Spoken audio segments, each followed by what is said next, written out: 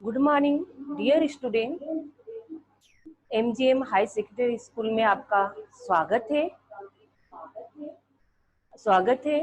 आप लोग जो ऑनलाइन क्लास की जो सुविधा एमजीएम हाई सेकेंडरी स्कूल दे रहा है, मैं चाहती हूँ ज़्यादा से ज़्यादा बच्चे कनेक्ट हुए, क्योंकि ये कोरोना महामारी का दौर चल रहा है।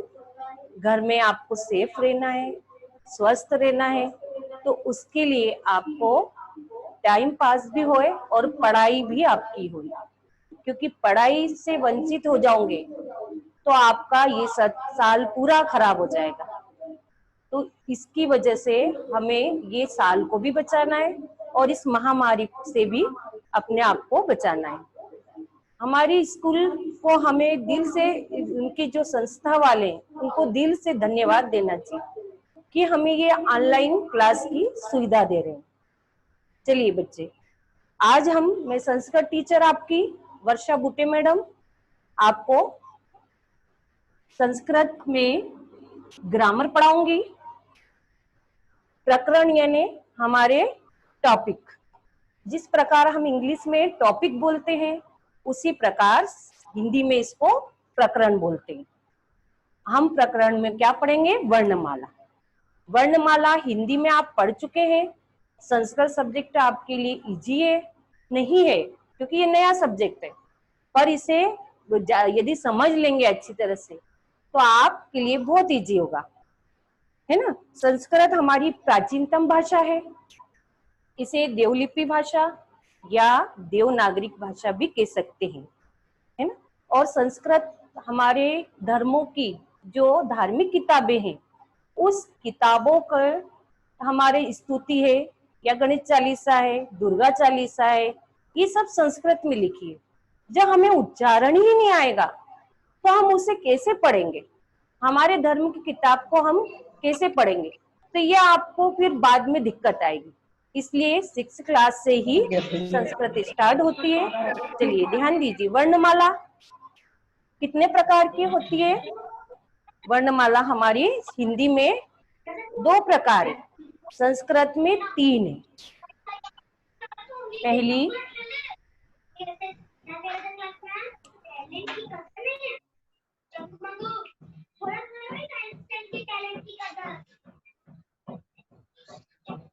स्वर, व्यंजन और अयोग्य वाहक।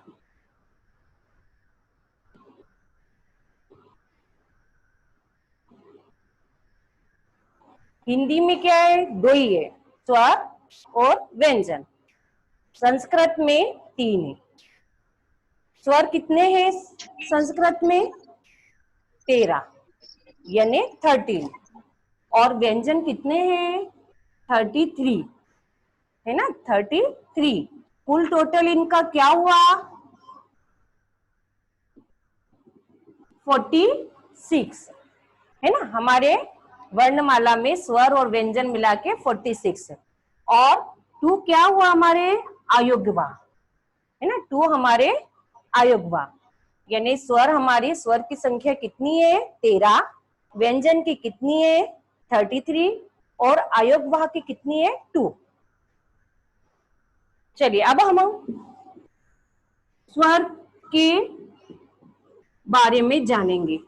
स्वर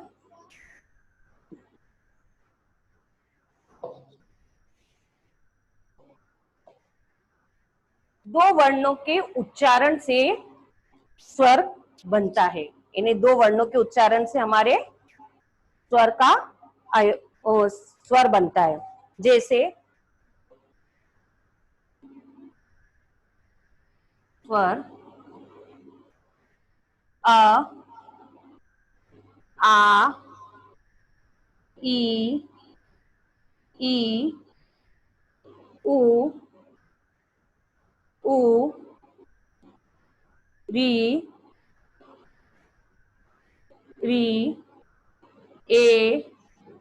ए, ओ, ओ। यहाँ पे संस्कृत में स्वर क्या है? अ, आ, ई, उ, री और ये री। हिंदी में क्या है? री एक ही बार आता है, और संस्कृत में क्या है? री 2 बार आता है, क्योंकि ये छोटा री और ये बड़ा री। ए, ओ, और एक होता है लू। एक क्या होता है? लू। संस्कृत में ये स्वर में 2 अक्षर जो है वो मौजूद रहते हैं, है ना। अब हम अयोग्य हमारे कितने, क्या बोला था?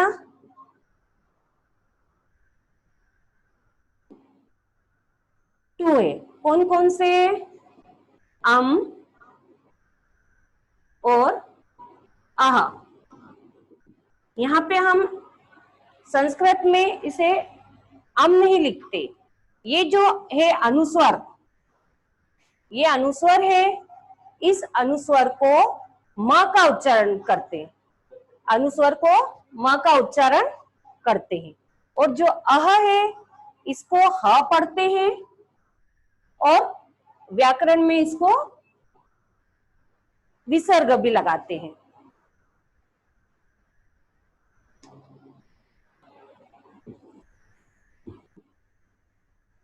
अब हमारे व्यंजन के बारे में हम जानेंगे कि हमारे व्यंजन कितने बताए गए थे? 33। व्यंजन कितने बताए गए थे? 33। क वर्ग में अब व्यंजन जो है हमारे बिगर अ के नहीं बोला जाता है। क्यों? क्योंकि ये अ साइलेंट है। अपन ने इसको स्वर में देखा था ना कि ये अ स्वर का है, पर ये क्या? साइलेंट है। ये बिगर अ के व्यंजन नहीं बनता।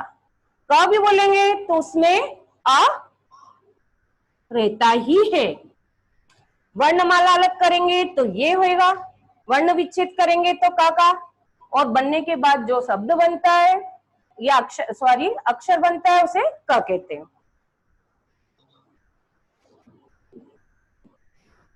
अब क वर्ग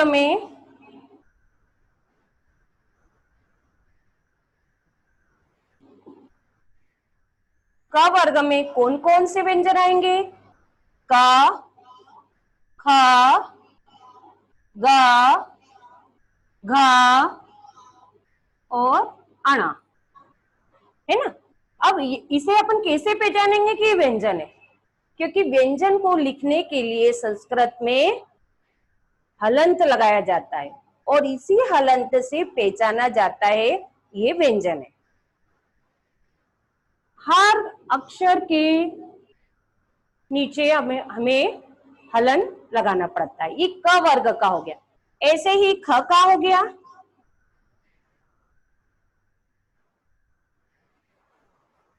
च नहीं सॉरी, च का च, छ, ज, झ,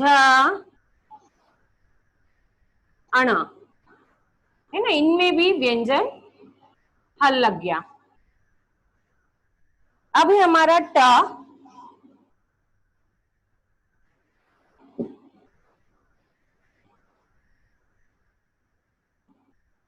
ट, ठ, ढ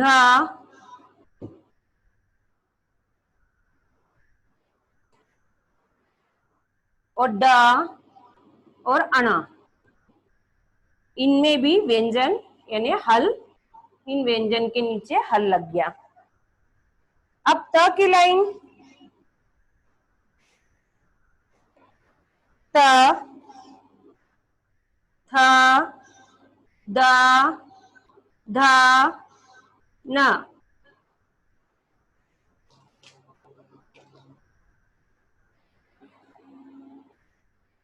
अब प की लाइन, प, फ, ब, भ, म।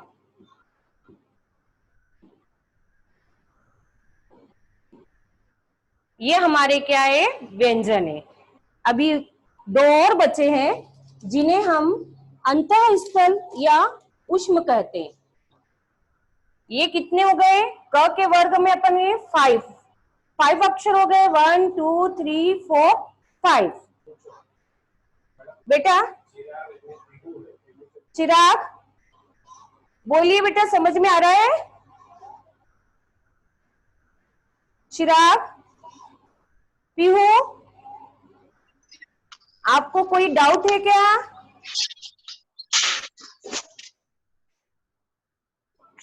यस बेटा, एनी डाउट?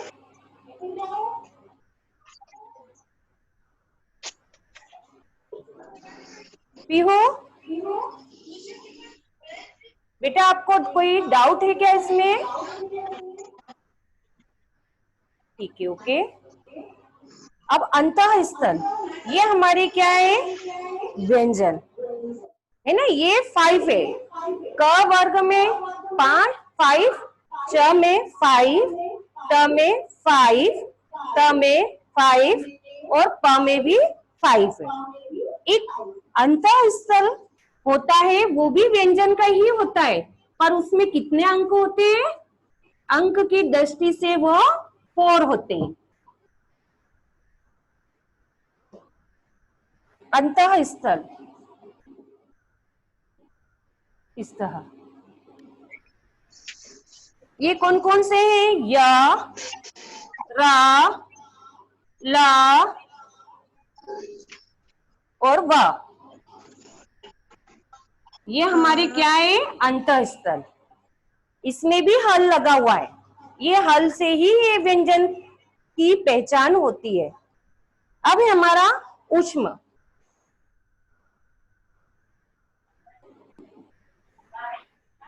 व्यंजन में ऊष्म होते हैं, ये होते हैं 4। ये भी 4 होते हैं।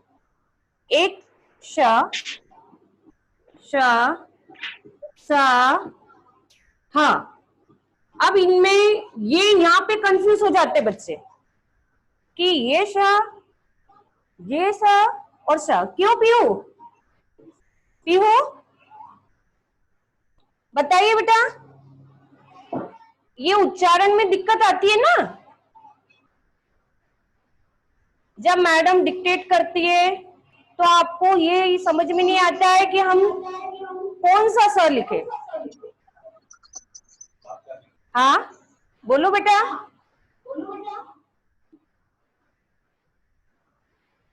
तो ये,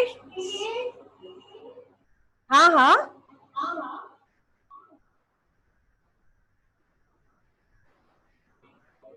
चिराग आप बताइए बेटा। ये आपको हम आती ना इसमें लिखने में? जैसे हमने बोला शक्कर का लिखिए, सड़क का लिखिए, है ना, हर्ष लिखिए, तो आपको ये तीनों ही अक्षर में कंफ्यूज हो जाते हैं कि कौन सा लिखे।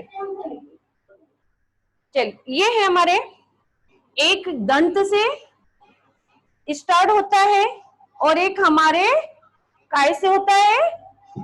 अंदर कह रहे तालू से। इन्हें अपने मुख के जो तालू होता है उससे बोलते हैं।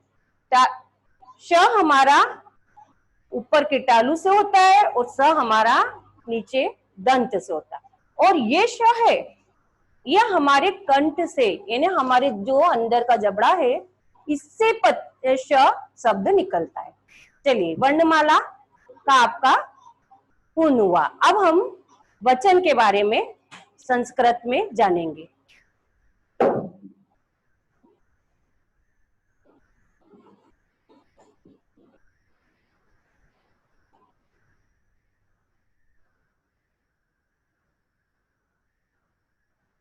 अब हमारा दूसरा प्रकरण है वचन। वचन अपन क्या, वचन किसको बोलते हैं? हमारे जो एक या दो, एक या दो या तीन है ना, इसमें उनको डिवाइड किया जाता है। संस्कृत में वचन 3 प्रकार के होते हैं। एक वचन,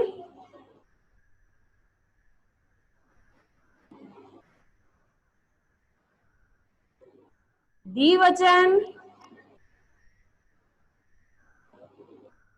और बहुवचन। हिंदी में क्या है, दो वचन होते हैं, एक वचन और बहुवचन, है ना।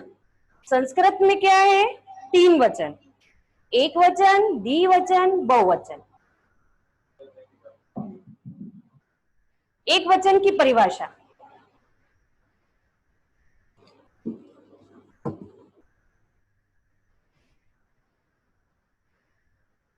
एक वचन की परिभाषा, जहां एक व्यक्ति, एक वस्तु,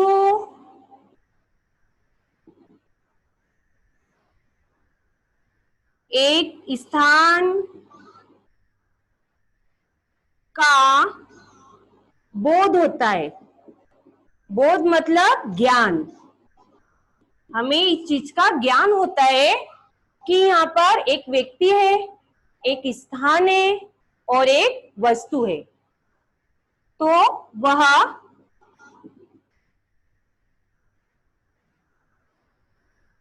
एक वचन कहलाता है,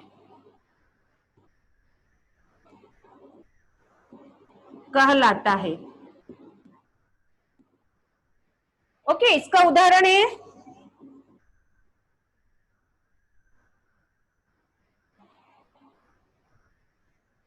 जैसे रामा।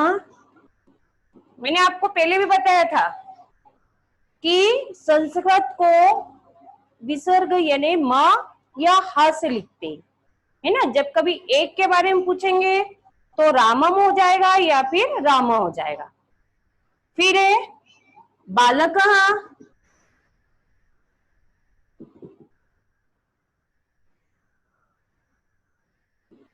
कमलम, कमलम यानी कमल का फूल, कमलम। और स्थान में समझो देवास, ये सब क्या है, हमारे एक वचन है ना। अब हम द्विवचन के बारे में जानेंगे।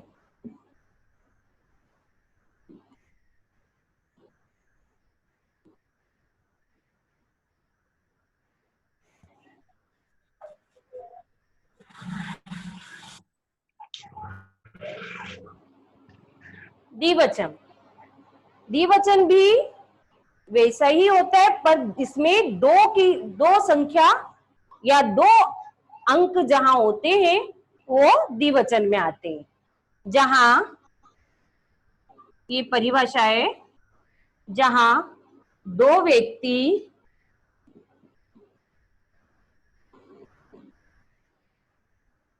दो स्थान,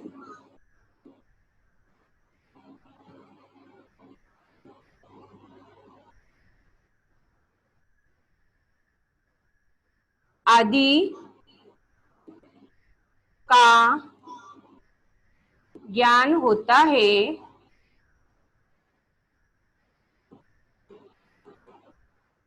उसे द्विवचन कहते हैं। आदि का मतलब है इन्हीं के स्थान में, जैसे व्यक्ति है, स्थान है और वस्तु है ना। यहाँ पे मैंने आदि लिखा है तो ये मत समझना आदि है ना बहुत सारे दो चार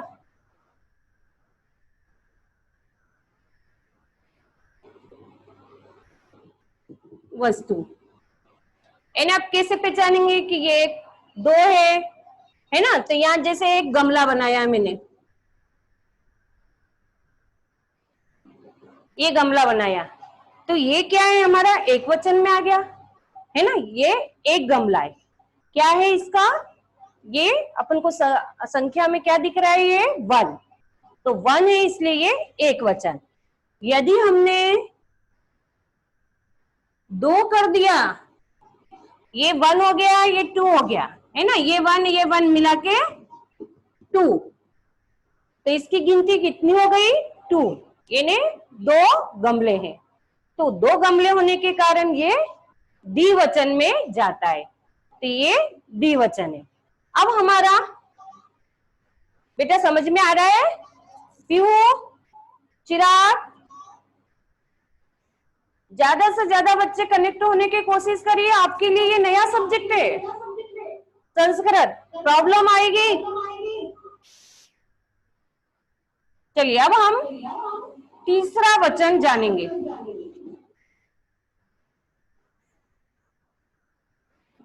बहुवचन।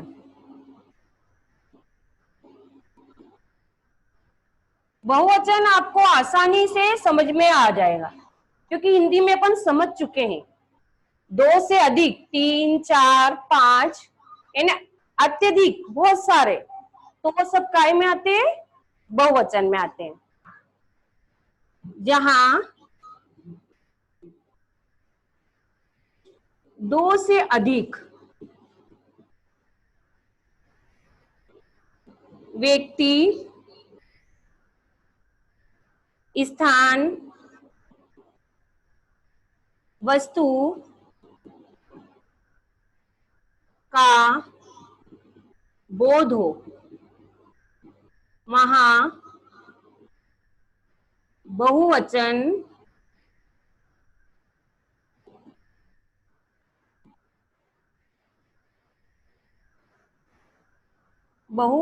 होता है। यानी जहां दो से अधिक एक स्थान, वस्तु का ज्ञान हो, वह क्या बहुवचन कहलाता है। जो अभी आपको गमले के माध्यम से समझाया है। तो जैसे एक गमला आपको पहले ही बता दिया, 2 गमले और 3 गमले।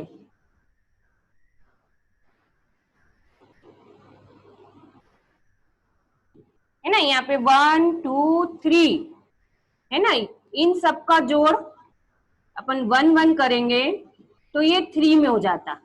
अब इससे अधिक, ढेर, बहुत सारे हो तो ये सब बहुवचन में आते। अपना वचन का टॉपिक भी अब खत्म हो गया है। यदि वचन, संस्कृत में वचन यदि नहीं समझ में आया तो बेटा पूछ सकते हैं।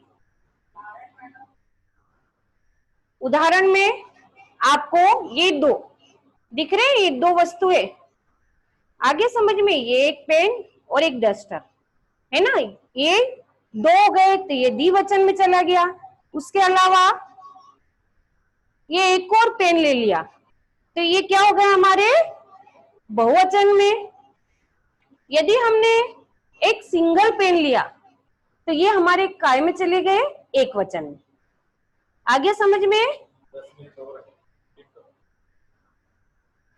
बोलिए बेटा। अब हम तीसरा टॉपिक चालू करेंगे। तीसरा टॉपिक चालू होएगा हमारा लिंग। बेटा आपको जो भी डाउट हो वो मैं जब आपको होमवर्क दूंगी उसमें आप बता सकते हैं, यदि नहीं समझ में आया। चलिए लिंग देखिए। जिस प्रकार संस्कृत में वचन भी 3 होते हैं तो लिंग भी हमारे 3 होते हैं। पुल्लिंग, स्त्रीलिंग और तीसरा है नपुंसकलिंग।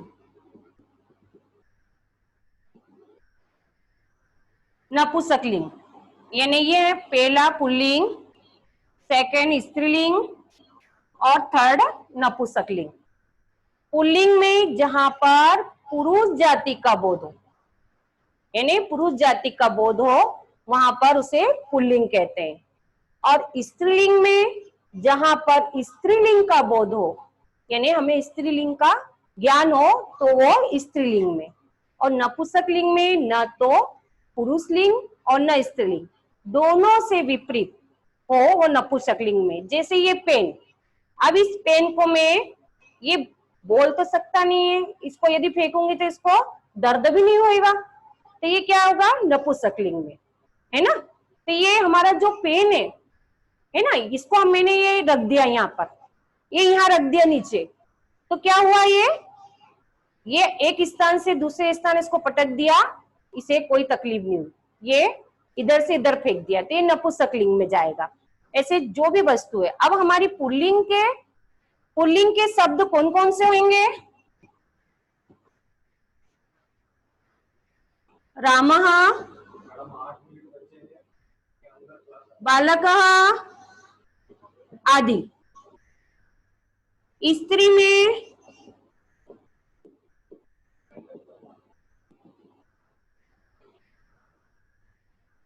सीता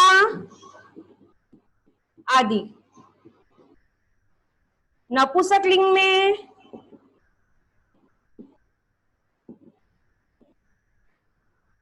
कलम आदि।